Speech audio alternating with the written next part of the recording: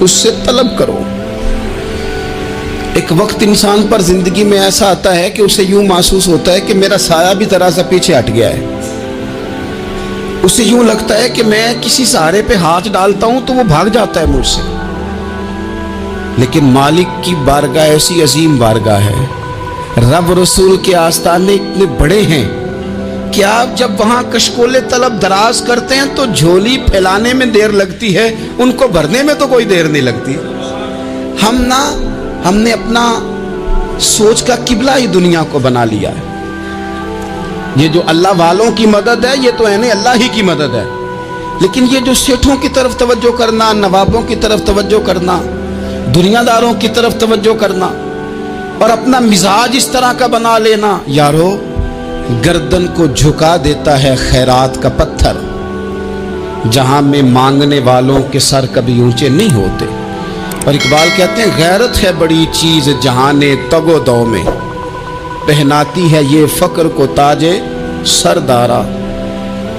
میں عرض کروں گا کہ اپنی آپ جب توجہ کا قبلہ اللہ رسول کو بنائیں گے تو رب فرماتے وَيَرْزُقْهُ مِنْ حَيْثُ لَا يَحْتَسِبُ, میں نہ تجھے وہاں سے رزق دوں گا جہاں سے کبھی تیرا گمان بھی نہیں کیا ہوگا. یہاں سے بھی مل سکتا ہے, تو نے سوچا بھی نہیں ہوگا. بخاری شریف میں حدیث ہے, حضرت جابر ابن عبداللہ فرماتے ہیں نبی پاک صلی اللہ علیہ وسلم نے 300 لوگوں کا ایک لشکر روانہ کیا کسی مہم کے لیے, کسی جہاد کے لیے. حضرت ابو عبیدہ بن جراح رضی اللہ تعالیٰ عنہ امیر لشکر تھے.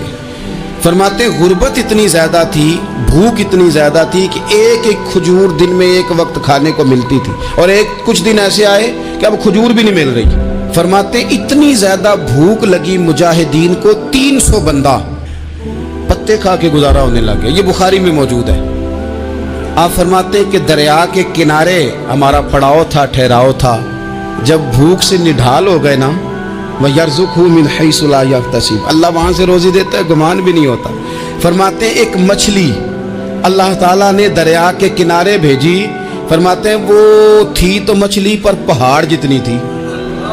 بخاری میں لفظ ہیں, حضرت جابر ابن عبداللہ رضی اللہ تعالیٰ عنہ فرماتے ہیں 300 آدمی 18 دن تک اس مچھلی کو کھاتے رہے, مچھلی ختم ہی نہیں ہوئی. مچھلیاں نہیں, مچھلی. کہتے ہیں 18 دن 300 بندہ کھاتا رہا, مچھلی ختم ہی نہیں ہوئی. اور فرماتے ہیں کہ اس کی ہڈی نکال کے, کانٹا کہیں گے آپ اپنی زبان میں, کہتے ہیں وہ نکال کے نا تو اس کو کھڑا کیا نا جب, تو اونٹ کجاوے سمیت اس کے بیچ سے گزر جاتا تھا, 2 اس کے کانٹے جوڑے. فرماتے ہیں وہ اس کا گوشت ہم کھاتے تھے اور اس کی چربی بطور تیل کے ہم جسموں پہ ملتے تھے, بیماروں کو اس سے سکون آتا تھا, تندرستی شفا ہوتی تھی. فرماتے ہیں ہم کھایا بھی ہم نے, اور کچھ لے کے ہم مدینے بھی گئے, اور قربان جائیں نبی پاک نے بھی اس میں سے کھایا. ہم نے عرض کی حضور یہ معاملہ کیا ہے, یہ ماجرا کیا ہے؟ تو محبوب نے فرمایا تمہارے پاس غذا نہیں تھی, رب نے تمہارے لیے بندوبست کیا ہے, اللہ نے تمہیں دیا ہے. مکان شروع کر لیا, ایک صاحب نے وہ مکان بنانے لگے, آپ وہ حساب لگا رہے ہیں. کہتے ہیں میرے پاس اتنے پیسے ہیں, اتنے میں نے فلانے دوست سے کہنا ہے اس نے دے دینے, اتنے فلانے رشتہ دار سے کہنا ہے اس نے دے دینے, اتنے فلانے سے کہنا ہے اس نے دے دینے. یہ ساری کاپی بنا کے مکان شروع کر لیا. جو روز کہتا تھا نا کوئی حکم ہویا تو دسی, سب سے پہلے اس کو کہا میاں پیسے چاہیے دین. وہ کہندا ہو کل ہی منڈا ٹوریا ہے, کہتے تو پرسوں 10 داتے لب جانے سن. میں آپ کو اپنے تجربے کی بات بتا رہا ہوں. یہ لوگوں کا خیال ہوتا ہے نا کہ آپ سٹارٹ کریں فلانا کام, ہم آپ کے ساتھ ہیں. اللہ کا ہی کوئی نظام ہے, وہ بالکل بھی نہیں ساتھ ہوتے. لیکن ایسا نہیں ہے کہ کوئی ساتھ نہیں ہوتا. اللہ تعالیٰ بڑے اسباب پیدا کرتا ہے, وہاں سے دیتا ہے جہاں سے گمان بھی.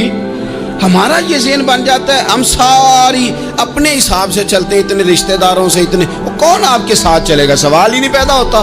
یہ سارے کام چھوڑ کے سب سے پہلے 2 رکعتیں پڑھو, اپنے رب کی بارگاہ میں, رسول کائنات کی بارگاہ میں گزارشات اور استغاثے پیش کرو, وہاں سے خیر طلب کرو.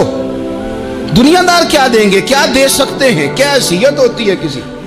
اللہ کہتا ہے وہاں سے دوں گا. تو جو اللہ مال دے وہ لینا چاہیے کہ رشتہ داروں کا مال دیکھنا چاہیے؟ جو اللہ دے وہ لینا چاہیے کہ سیٹھوں نوابوں کی جیبیں دیکھنی چاہیے؟ جو اللہ دے وہ قبول کرنا چاہیے یا دیکھنا چاہیے کون سا آدمی کہاں پہنچ گیا؟ چھوڑو، اپنی مٹی پہ چلنے کا سلیقہ سیکھو. کسی کے سنگ مرمر پہ چلو گے تو پھسل جاؤ گے، پھسل جاؤ. اس پر ایک اور بات عرض کر دوں، صحیح بخاری سے، مسلم سے ایک اور بات. کچھ چیزیں ایسی ہیں جن سے اللہ کی مدد آتی ہے، مدد ملتی ہے.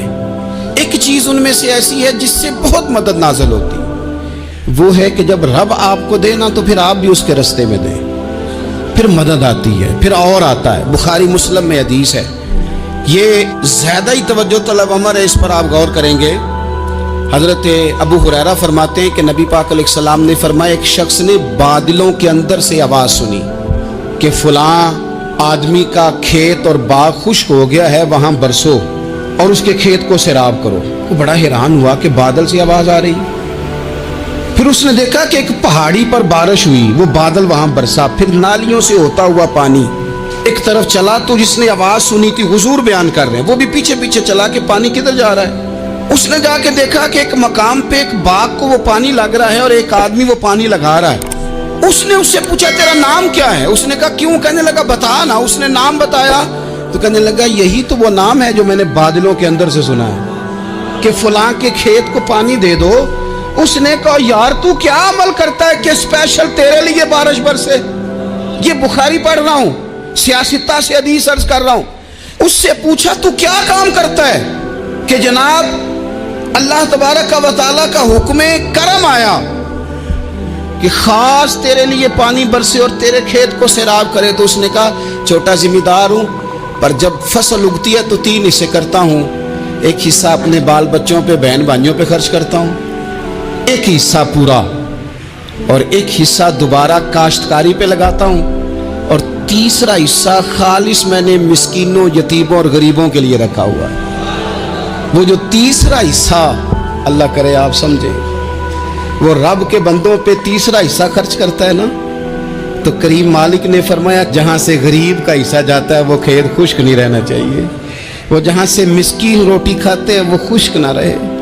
جہاں سے یتیموں کو کچھ آتا ہے کہیں اس کی فصل رہ نہ جائے. میں اور آپ بھی اگر اپنے مال میں مسکینوں، یتیموں، غریبوں کے حصے رکھ لیں گے تو فصلیں خشک نہیں رہیں گی.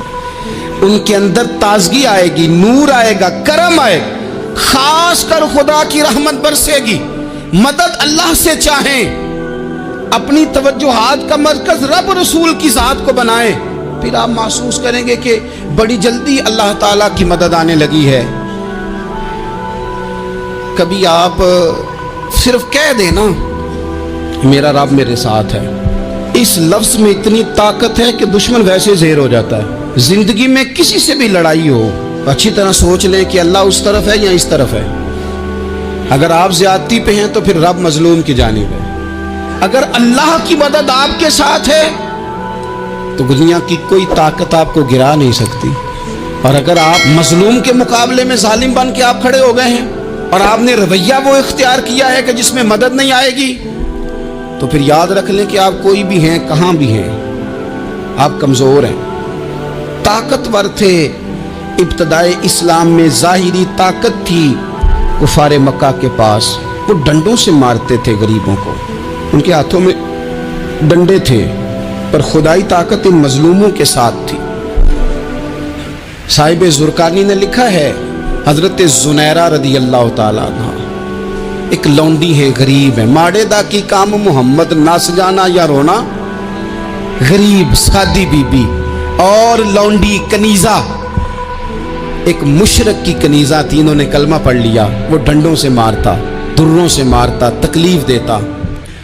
حضرت زنیرہ رضی اللہ تعالیٰ عنہ کو اتنا مارا، اتنا مارا.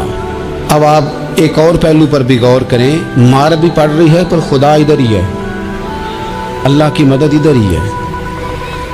رب کہتا ہے کہ پہلے تو صبر کرنا، ان اللہ مع الصابرین. تو صبر کرے گا تو پھر رب کی معیت ملے گی. ذرا ٹھہرنا، تو تھوڑا ڈٹنا. ان الذین قالوا ربنا اللہ ثم استقاموا تتنزل علیہم الملائکہ. تو کہے اللہ میرا رب ہے، پھر تو پہلے ڈٹ، پہلے تو نے ڈٹنا ہے. ثم استقاموا، جو ڈٹ گیا، تتنزل علیہم الملائکہ، ڈٹنے والے کے لیے مدد آتی. پہلے تھوڑا ٹھہرنا پڑتا ہے.